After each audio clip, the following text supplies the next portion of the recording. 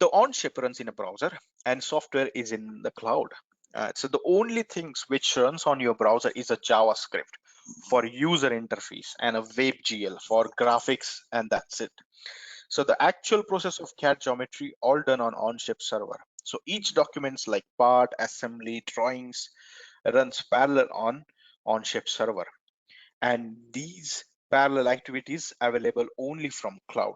So you will find racks of Parasolid kernel and DQ solver available only in Onshape. So if something happens and Onshape servers to crash, another server will take over. And same goes with the Parasolid kernel. And this will take some millisecond. You wouldn't even notice something happen.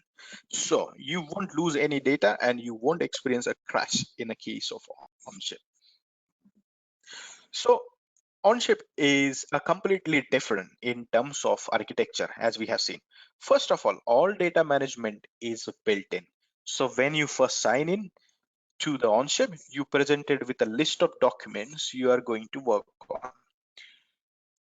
Probably the biggest thing is there are no files. So there is a database at the heart of Onshape, which not only manages data you're working on, but also manages the distribution of data in between the multiple users. So why Onshape is a different? All data stored in a server and no data leaves from the server.